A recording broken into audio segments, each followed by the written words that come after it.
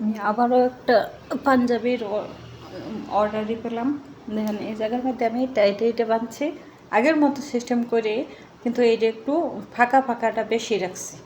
হ্যাঁ, পুরোটা পাঞ্জাবি এই জায়গাটা আমি খালি রাখছি। এই জায়গাটা যেহেতু আমি এক কালার করব, সেই জন্য আমি এই জায়গাটা খালি রাখছি। আর এই ভানগুলো আমি একটু দূরে দূরে দিছি। আগেরগুলো আমি ঝর্ণা টাইটাই করছি, এখন ওটা শুধু টাইটাই হইব।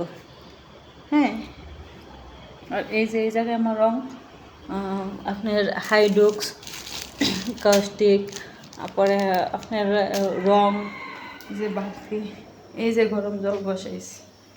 পাঞ্জাবির আপনার ডিজাইনটা সেম আগের মতোই হইব, মানে মাপ যুগ, মানে এটা তো পাঞ্জাবি টাইডাই বাটিক করতে তো কোনো মাপ যুগ নাই, আপনার আগের মতোই সব কিছু হইব।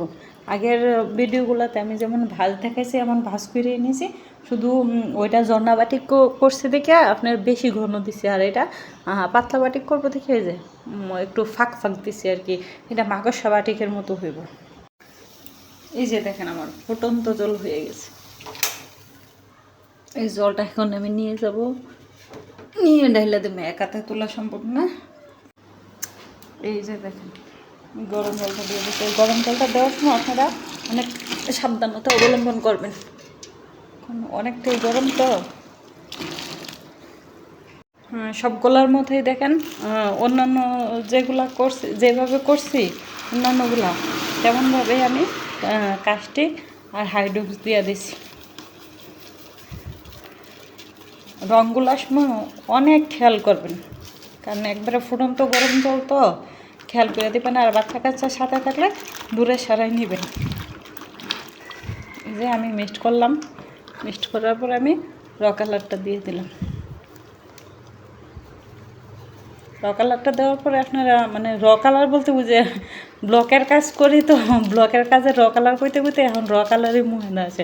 মানে রঙটা দেওয়ার পরে ভালোভাবে আবার দেখাই নেবেন। রঙটা দেওয়ার পরে যদি মনে করেন যে এই মানে মিশে গেছে, গোল্ডেন গোল্ডেন একটা ভাব আসছে, তাহলে মনে করবো রঙটা ভালো, আপনার রঙটাও মানে বলবো। এই যে আমি পাঞ্জাবিটা দিয়ে দিলাম। পাঞ্জাবিটা দেওয়ার পরে আপনি 5 মিনিট ভালোভাবে লাইড়া ছেড়ে নেবেন, এদিক ওদিক ঘুরে। পাঞ্জাবিটা দেওয়ার পরে আমি 5 মিনিট ভালোভাবে নাইড়া ছেড়ে নিছি। কম হইলো 10-15 মিনিট আপনি রাখতে হবে। 10-15 মিনিট রাখার পরে আবার এটা তুলবেন, তুইলা 8-10 মিনিটের মতো আবার রেখে দিবেন। রেখে দেওয়ার পরে এটা ধুয়ে নেবেন। এখন আমার পাঞ্জাবির ফাইনাল